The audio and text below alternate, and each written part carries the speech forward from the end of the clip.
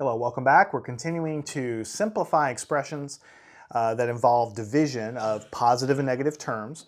And so what we're going to have is several problems that are just going to be slightly different to give us practice with that. And that will be, the first one will be 3 squared minus 5 squared. On the bottom we'll have 3 plus a negative 5.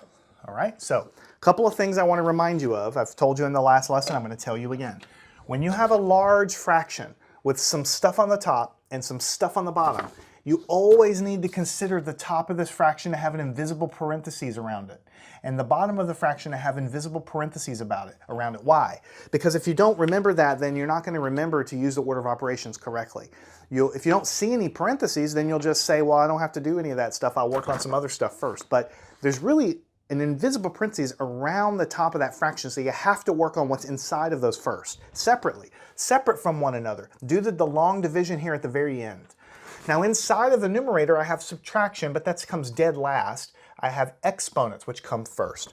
So then I have to go and do that. So on the top, what I'm going to have is 3 squared, which is 9, minus 5 times 5 is 25. And then in the bottom here, I can work on them separately here. So I'm going to work on this here, 3 plus a negative 5. I can do that. I have to work on what's inside of there. So I'm going to get a negative 2 on the bottom. Now on the top, I still have invisible parentheses around this. I need to do that subtraction. What is 9 minus 25? You just subtract the 25 minus 9, and the sign goes with the larger absolute value. So you get negative 16 because 25 minus 9 is 16. And then you'll have negative 2. Now what do you get? Well, 16 divided by 2 is 8, and negative divided by negative is positive, so you get a positive 8. That's the final answer. If you don't remember that there's invisible parentheses around the top and the bottom, then you might start doing things in the wrong order. Maybe not for this problem, but for other ones down the road, you might start doing things out of order and get the wrong answer, even when you know what you're doing. All right, next problem. Let's say we have 144 divided by negative 24, and that's all in the numerator of a fraction. On the bottom, what we have is negative 10 divided by negative 2/3. So again, you have to remember that there's an invisible parentheses right here and an invisible parentheses right here. That wasn't given to you in the problem, but it's there. And that tells you that I'm going to work on the top separately, the bottom separately, simplify what's inside of these invisible parentheses before I do anything else.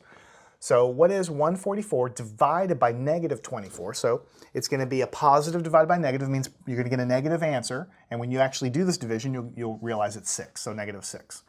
And you have your fraction. Then what do you have here?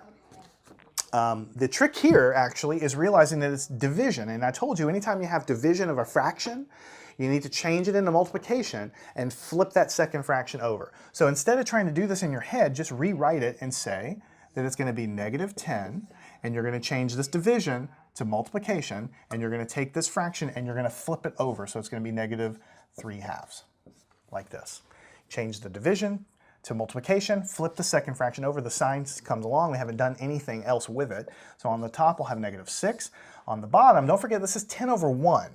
So what you really have is negative 10 multiplied by negative 3, which is going to give you positive 30, because negative times negative is positive, over the 1 on the bottom of the 10 here is 1 times 2 is 2. So you multiply the tops, giving you this, multiply the bottoms, an invisible 1 here, giving you this. It's positive because negative times negative is positive. Now what do you have? A lot of students look at that